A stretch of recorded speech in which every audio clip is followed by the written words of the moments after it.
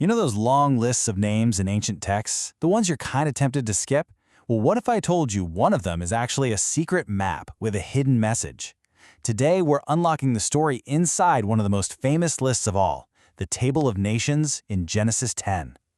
So let's just dive right in. We're looking at Genesis chapter 10. It's often called the Table of Nations. And at first glance, yeah, it looks like a pretty dry record of who's who after the Great Flood.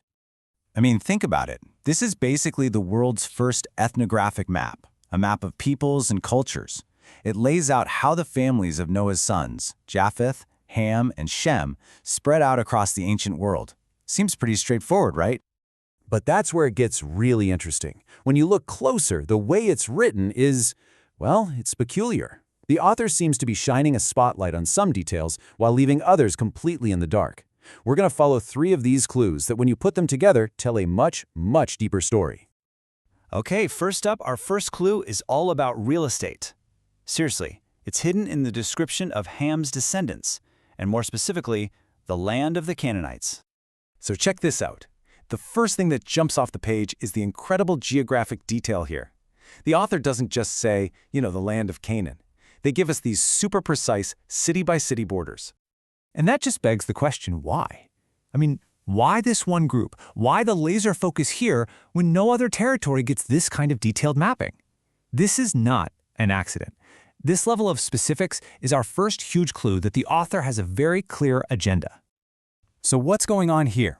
Well, this well-defined boundary is basically a political and theological statement, and it was probably written with the benefit of hindsight.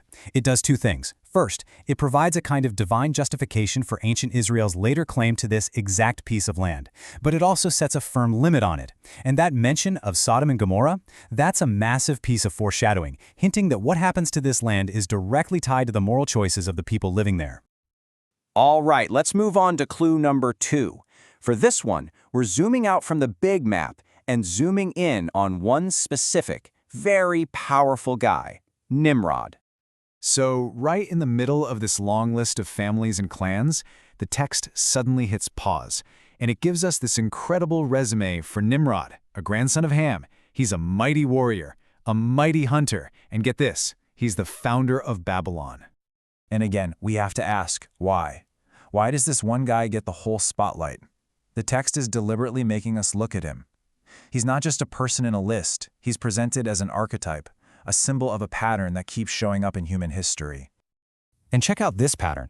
The language used for Nimrod, a mighty warrior, is almost a direct echo of how the text described those prideful, violent heroes before the flood. And the fact that he founded Babylon? Well, that perfectly sets up the very next story in Genesis, the Tower of Babel, the ultimate symbol of human arrogance. History is repeating itself.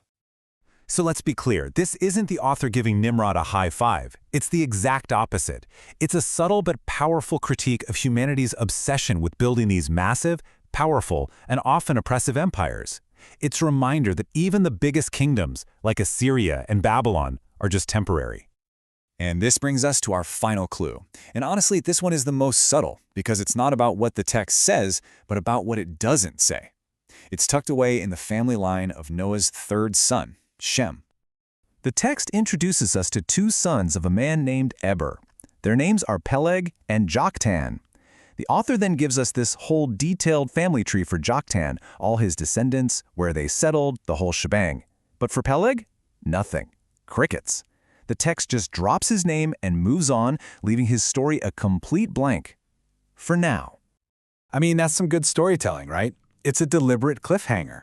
The author creates this narrative gap, basically forcing us to ask, hey, wait a second, what happened to that other guy? This omission is the key that unlocks the whole message of the chapter. And boom, in the very next chapter we get the answer. And it is a big one.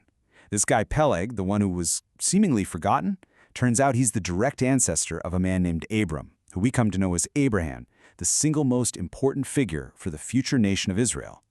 You see the genius of it? While the world is busy doing the big, loud, look-at-me thing, building empires like Nimrod, a totally different plan is unfolding quietly over here in the background.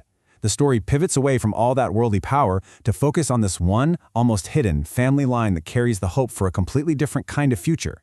So let's put it all together. Let's connect the dots between our 3 clues. What is the big picture that this ancient map, the Table of Nations, is really trying to show us?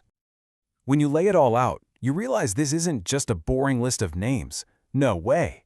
It's a brilliant theological argument. The borders of Canaan are a warning about consequences. Nimrod is a cautionary tale about how fleeting worldly power is. And Peleg? He's that quiet thread of hope, showing us that God's plan often starts in the most unexpected and overlooked places. So it's not just a map of places, it's a map of two different paths for humanity. You've got the loud, proud, empire-building way, and then you have the quiet, hidden, promise-unfolding way. The message is pretty clear. Even when humanity is going off the rails with pride and power, a story of hope is always moving forward, usually where we least expect it. And really, that's the powerful perspective hidden inside this ancient map. It leaves us with a question to chew on. Where does true, lasting change really come from? Is it from the mighty empires that make all the noise? Or is it from the small, faithful, almost missed beginnings that end up changing the world?